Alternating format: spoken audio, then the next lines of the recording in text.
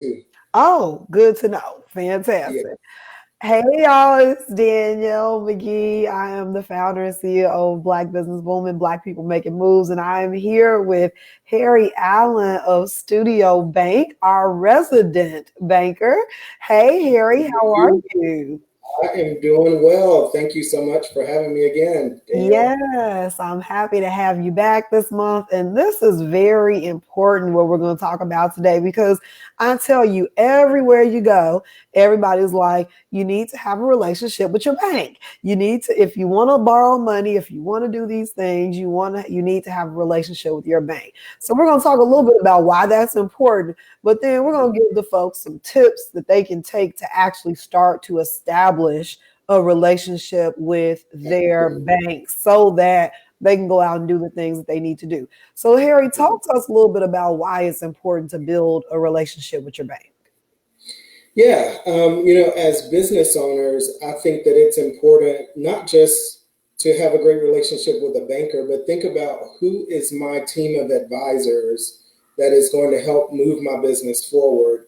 And the banker should be there right alongside an attorney, who is your accountant slash CPA support. But what is that core team or squad, so to speak, that is surrounding you and helping you succeed? And if you don't have a banker in that circle, there's a big gaping hole to fill for sure. I really like that. Think about who your squad is. And I think it's Hmm. a really important time for us, especially as business owners, to start to have those conversations and figure out who our team is. Because That's right. we don't know everything. We can't do everything ourselves. As much as I'm going to try to bring, education to this community, there Hmm. are some things you're going to have to build personal relationships in order to Hmm. accomplish. So, even as we talk about on the personal banking side, what are Hmm. some benefits to having a relationship with your bank or banker? Yeah. So on the personal side, first, and then we can talk later about business. But Mhm. all of us are trying to navigate a life, and there are going to be things and moves to make that will impact our financial picture.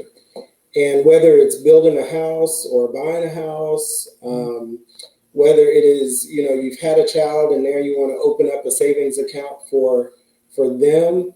Um, I feel, and Studio Bank feels, that everyone needs to walk life with a banker, so that as you are moving and building in your life and creating whatever lifestyle you aspire to have, make sure you have a point of contact.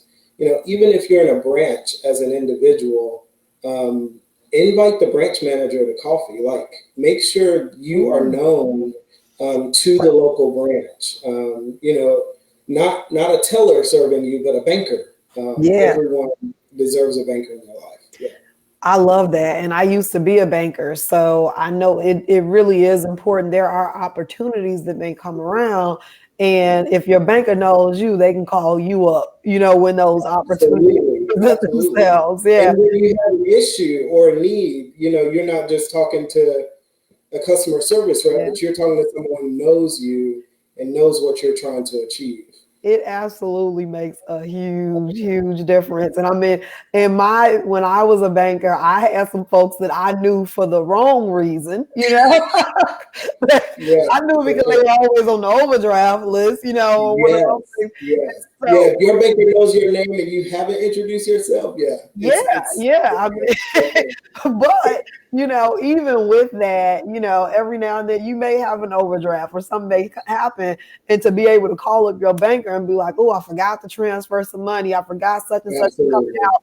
Can you reverse this fee, or can you help me Yes, out, or do you have yes. overdraft protection?" Those type of things are important as well when you're banking on a personal level. So That's get right. to That's know right. your banker. So Harry, give us a few tips as business owners. I know a lot of folks Mhm. that are listening, are business owners.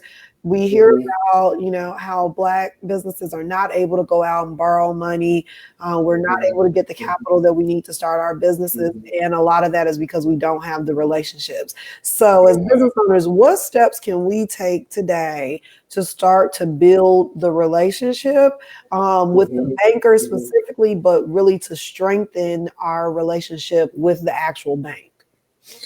Yeah, so what I find is most business owners come to the bank at the critical point of need. So now your business is growing and you're strapped for cash and trying to manage cash flow. And somebody mentions a line of credit, you reach out to a bank and say, I want to open a line of credit.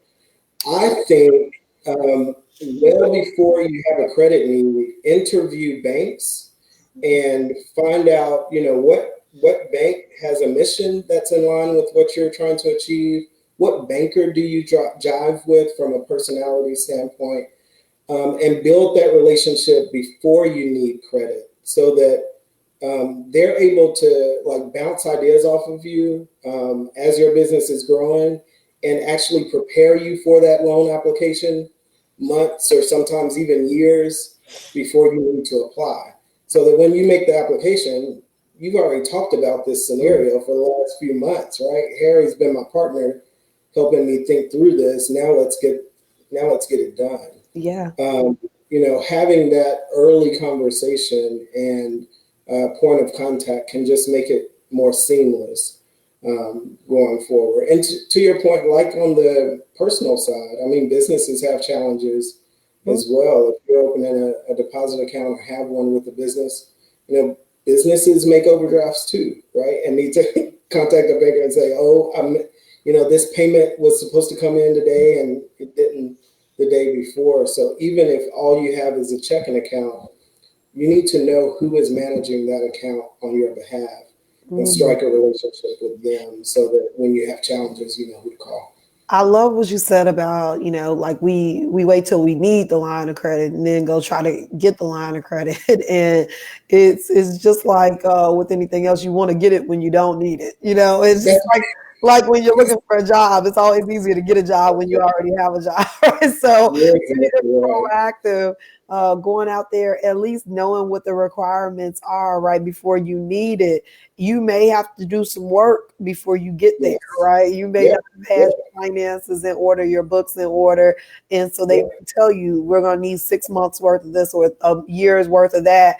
And you may have to take the time to get your stuff in order so that next year you'll be able to go and do it, right? So at least start to know what those qualifications are so that you can start to work toward them. And I think at the core of all of it is just knowing your banker and having the conversations and knowing so that they know your goals, know your aspirations for your business in your life. You're exactly right. Yeah, and the benefit is bankers are, they are managing relationships for multiple businesses, maybe in your industry, but maybe in other industries.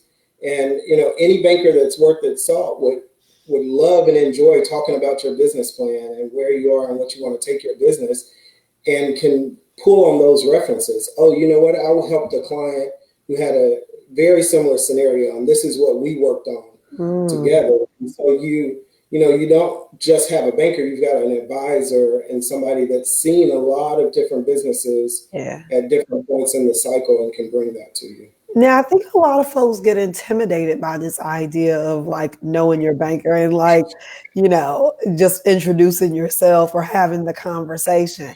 I will say, my Studio Bank is my bank for my business needs. And, I knew my banker when I got my account. They made the process extremely seamless and easy for me. And then that banker left, and immediately they were like, "Your new banker is $1 million." There was no lapse or anything. Like it was immediately like, "Okay, I'm gonna be your banker." So I didn't have to feel like I need to go figure out who I need to talk to at Studio Bank. Like I always did. For those that unfortunately do not bank with Studio Bank. It is unfortunate. Let's say they bank with a U.S. bank or a Regions, one of the larger banks. What advice can you give to them in like getting to know someone who is not in a more boutique environment? You know, I know that's what you guys do, but in Regions, you know, how do I go and know my banker at U.S. Bank, knowing that they're seeing hundreds and hundreds of people? Yeah. I would start, like I said earlier, every account, you know, even in large banks, there's an account manager likely assigned to your business account. That person may work more in a retail setting in a branch, or maybe it's a small business banker. But I would start with, if it's not listed on your statement, like trying to get to who is my account manager, and making sure I've reached out to them. You know, you can tell pretty quickly if whoever the bank has assigned to you is a good fit. And so if you reach out and number one, there's no interest in connecting, well, that might be a red flag. that person may not be for you. Or if they're not qualified to bring business banking to you. Unfortunately, in a lot of large bank models, small businesses are forced, you know, to work with a branch, and may not even have a person assigned. So I would say start with trying to get to who is responsible for your account and reaching out to them. And even on the personal level, right? You should have someone. Same. You should have somebody who's assigned to your account, even if you're just, you know, personal banking. That's right. And they know who you are. They know who. If you call the branch, they'll tell you who your banker is. Yes. And if it's to the point where literally no one, you know, you're just kind of floating out there, there are other banks, like, you know, yes, it is a chore to change banks, but you have to decide what's worth it. And if relationship is worth it, then it may mean spending a few hours to get to know some of the other banks in town and what might be a good fit. No, I absolutely agree. I love that, you know, when I have these conversations with you and our real estate professionals and our insurance, like that people really enforce the idea of you as the consumer choosing what's right for you. We have the power as the consumer to shop around to say, you know, this bank is not serving me. You know, when it's not serving you. When you try to go, I mean, some of us have been banking with the same banks for 10, 15, 20 years, but then when we go to try to get a credit card, you know, we can't get one, and no one can really work with you on a plan to get you there. You know, it's just like either you pass or fail, you know, that's it. And so, and then they send you a letter and you go on about your life, you know, but having a good bank is important. But again, having a banking relationship is super important. So, and again, I can't say enough great things about my experience with Studio Bank. I tell you, I had to go and deposit a check and I called Amelia. She came down and got it from the car. I was like, call me when you're close. I'm like, don't even have to get out the car. Absolutely. You know, things like that. You just really don't know how those little small personal touches, you know, can impact you as a customer. You know, well, you're exactly right. In our community, in particular, you know, banks can be really intimidating spaces, right? Like you've got to walk in and there's marble columns and glass everywhere. Like we don't do ourselves any favors by creating these very intimidating spaces. But in actuality, like banks truly are there to figure out ways to partner with you. It's not always, you know, a role we can play, especially in startups. And maybe we can have a conversation around starting a business and what the role of a bank is in that process. But most bankers want to give advice and be a partner and serve. And so we're out there. Find us. All right. So just like always, let's tell folks, how can they get in touch with you, get in touch with Studio Bank if they have questions, if they're interested in starting an account with you guys, or at least just learning more about the options. So www.studiobank.com. My email address is harry.allen@studiobank.com. Danielle McGee mentioned Amelia Watts. She's a rock star. We have a whole team of bankers that are fantastic and ready to serve you. So give us a shout. All right, fantastic. Yeah. We have again local banker Harry Allen on the line, local here in Nashville. Amazing bank for personal and business. Make sure you guys get in tune with Studio Bank and the work that they're doing.